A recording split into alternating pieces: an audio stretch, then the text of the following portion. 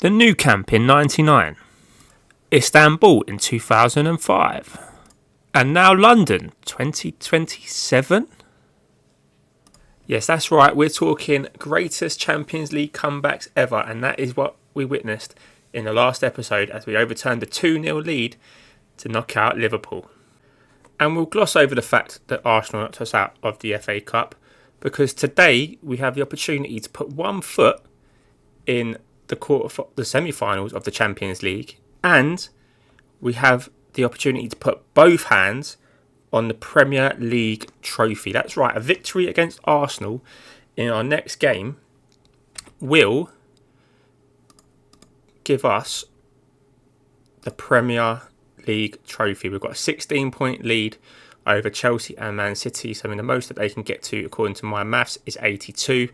So if we beat, Man City are playing Tottenham now or tomorrow in game, so Man City could be out of it by the time we kick off. But yeah, a victory against Arsenal secures us the Premier League trophy. But before we worry about that, just a small little matter of Newcastle away in the Champions League. And this is a team that we're going to go with. Karnaseki in goal, as always. Truffert and Dongo and Milenkovic, we're going to go with their centre-backs. Belanova, always right back. Midfield three of Gallagher, Paquetá and Scott. I'm just hoping Paquetá doesn't do what Paquetá does in some of these big games. Gets himself sent off, gives away a penalty, or just does something completely dopey. But we're going to trust him, and we're going to trust Cherki, Bowen and Skamaka as a front three. Now, in the last, other than the hat-trick, obviously, that Skamaka got against Liverpool, the strikers have been a bit hit and miss as of late. So we're hoping, as the Champions League music blares in my ears, we're hoping that he turns up again today. Big game Gianluca. That is what I call him, and I call him it for a very good reason. Will he show it? Will he show it here?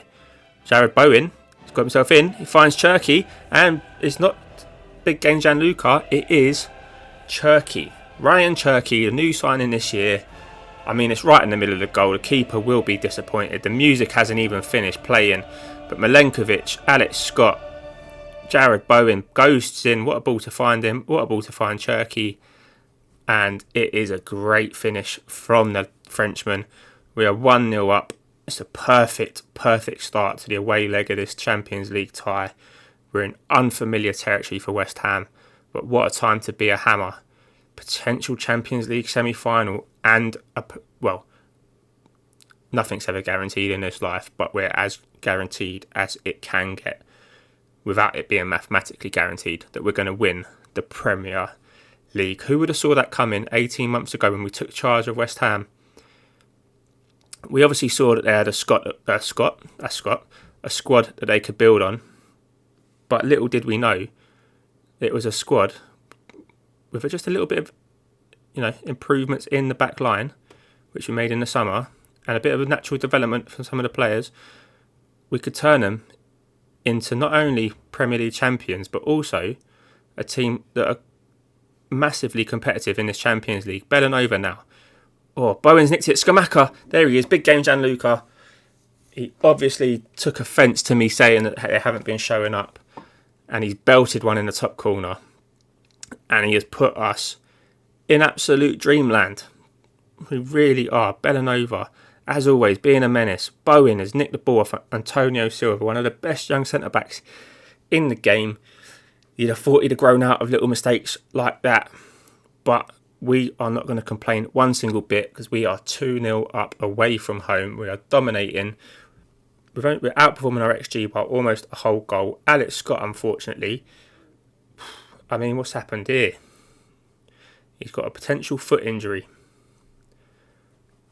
Please, oh please, do not make it something silly like blisters. We've created loads of the scoreboard to reflect that. We're going to protect our boy Alex Scott in the middle because, just simply because he is awesome. No doubt about it, he is one of our better players. And we definitely don't want to be aggravating his blisters or his broken toe or whatever it could be. Whatever foot injury has caused him to depart, we do not want to make it worse. We do not want to make this scoreline worse at all, but thankfully for us, the header from Isaac there just hits the post and we managed to scramble it away. But they're going to try again at the near post. This time Truffert does enough to put his man off as it fizzes over the bar. And we look into this last half an hour now. 2-0 up. I mean, Chelsea not going great. They're 3-0 down. So I said if Chelsea beat Bayern Munich, we were guaranteed an English team in the final. It doesn't look like they are. Let's get Paquetá off before he does that dopey thing that he's famous for. Bellanova can have a rest as well. 18 minutes to go. 2-0 up. I mean, what an absolutely amazing performance to put in. We're going to be on cloud 9 going into the Arsenal game. What I didn't show you, which I will show you afterwards, is the fixture that we had in between. As we may not be finished with the scoring yet. Cherki finds Skamaka, and if the flag stays down, which it has, but they're consulting VAR. Now this could be a massive, massive moment. It's been disallowed.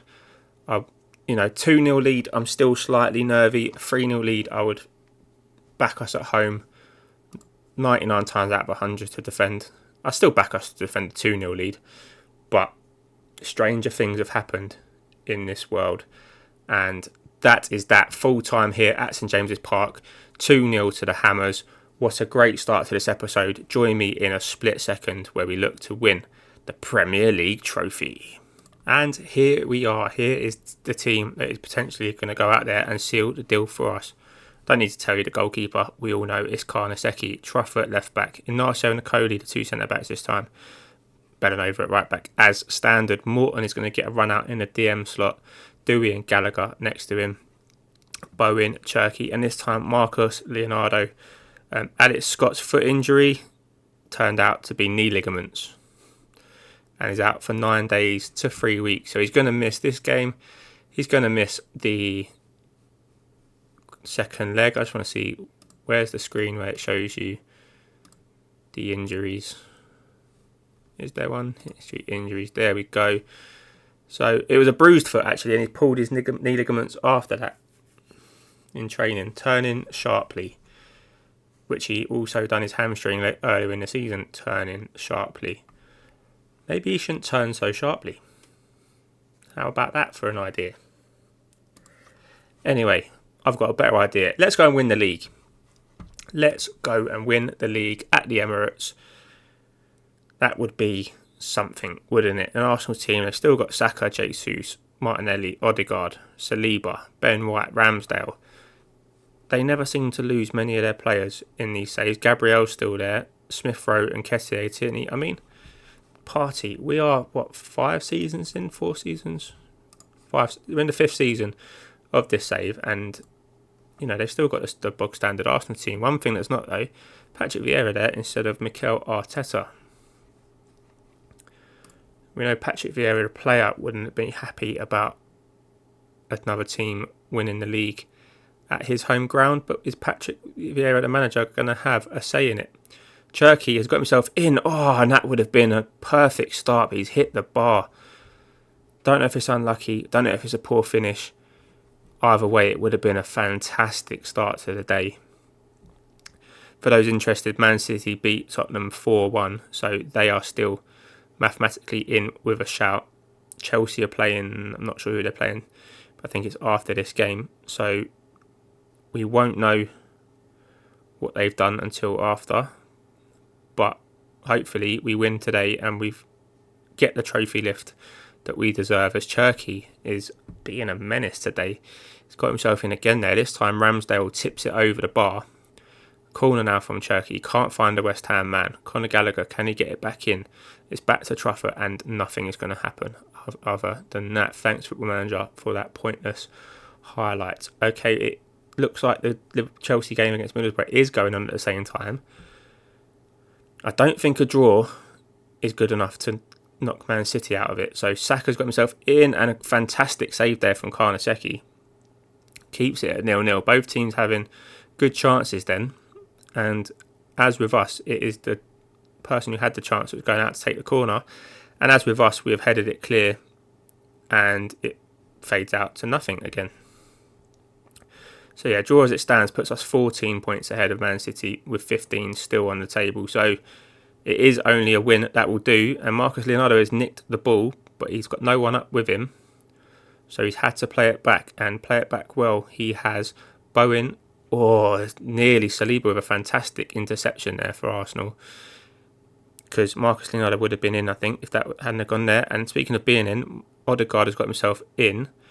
Truffert does well with the first tackle, then Dewey does well with the interception. Now, can Marcus Leonardo hold it up? He can. He can find Bowen with a little 1-2 there. He's forced him out wide, but we still got it. Intricate football there. Tyler Morton over to Bowen. Bowen across. Cherky's there this time, and what a footballing goal that is. Ray and Cherky, he's had two great chances in the first 15 minutes or so of this game. And this time, on the back of some absolutely fluid football here, look at this. Dush, dush, dush. Tiki-taka, eat your heart out to Bowen. First time cross. The right back can only just about get a toenail on it, and it falls nicely for Ray and Cherky. Put us in the lead in the last game, and he's put us in the lead in this game. Sorry, I was just kind of thinking to myself, was I getting that right? Did he score? He did. He's got the opener against Newcastle, and now he's got the opener against Arsenal, and we are 45 minutes away from being champions of England. West Ham United. How does that sound, Hammers? It sounds mighty fine to me. This will put confirmation there that this will put us 16 points clear. Seaworld's got himself in though there. We don't want to count these chickens before they hatch. Cherky manages to scramble the ball away, but Zinchenko finds Saka just about. He can't beat Truffert with his cross, but it can only get out to Ben White and co. We've intercepted it again, but we've given it away again. Zinchenko now.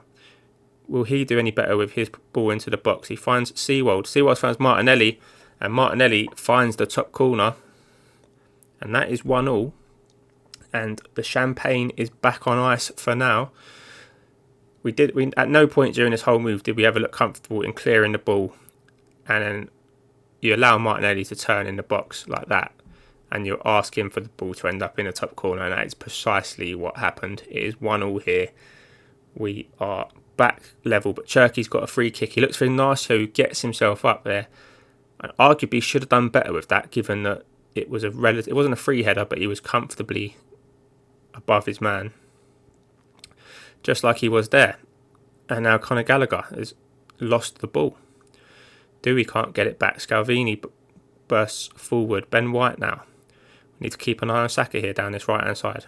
Odegaard. Saka's looking to burst into the box, but Ben White doesn't find him yet. Seawold. Odegaard on his left, and the missed tackle there from Truffert. And Odegaard has definitely put this champagne back on ice. 2-1 here. Again, we don't look comfortable dealing with some of these passes. Truffert's tackle there should have been stronger. And again, the ball ends up in the top corner of our net. Half an hour to go then. What do we do here?